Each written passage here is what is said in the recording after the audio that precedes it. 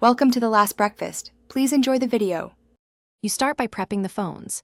Make sure your Galaxy S23 has at least 30% battery and turn off battery saver so sharing is allowed.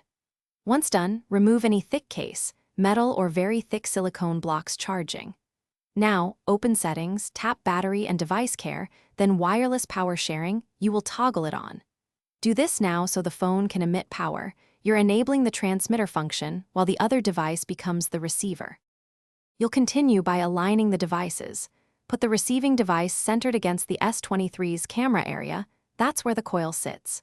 Once they touch, watch the S23 screen for the charging indicator and a confirmation sound. Those cues verify energy transfer.